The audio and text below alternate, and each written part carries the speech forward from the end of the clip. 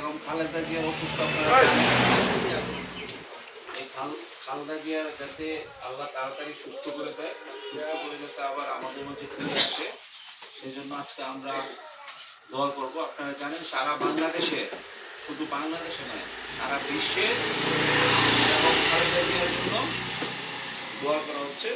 আমরা আজকে ইনশাল্লাহ সবাই একদম মন থেকে দোয়া করবো আল্লাহ যাতে সুস্থ করে আমাদের মধ্যে ফিরে দেয়। আপনারা জানেন এই তিনবারের যে প্রধানমন্ত্রী ওনার উপরে যে অত্যাচার হয়েছে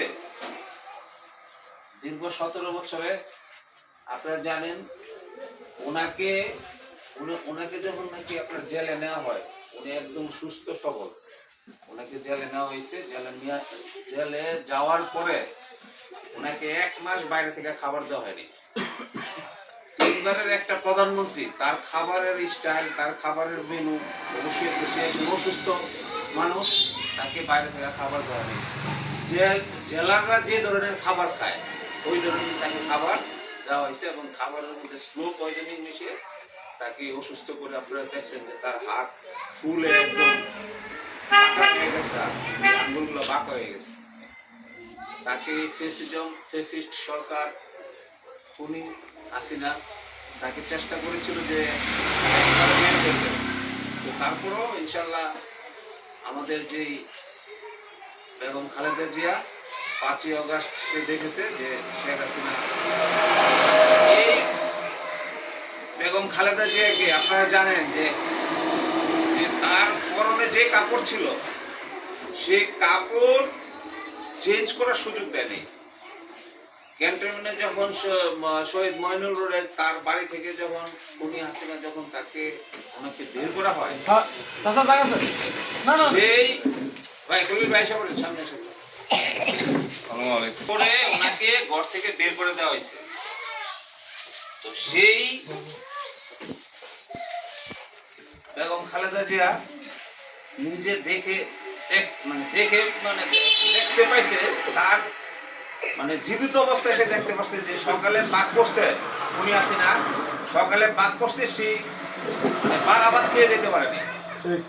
আল্লাহ বিচার করে, আল্লাহ একজন আছে, এটা আমরা তার প্রমাণ হয়েছে।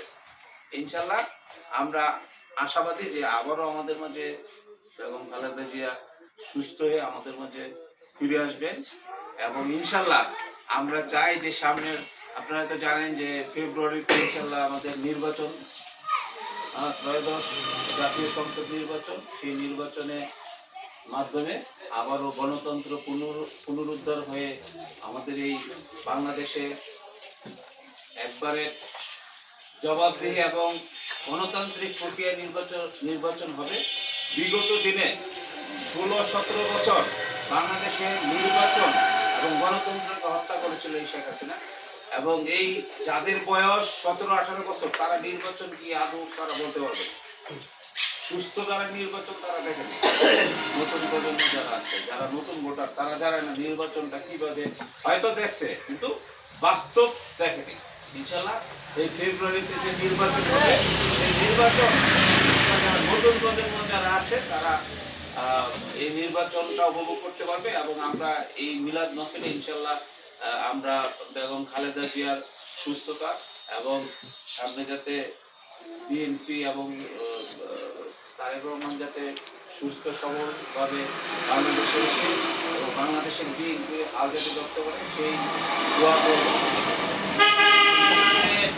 কিছুক্ষণের মধ্যে আমাদের অতিথি আসবে, আমরা অতিথিদের জন্য অপেক্ষা করছি। এই আর কেউ কিছু বলবেন?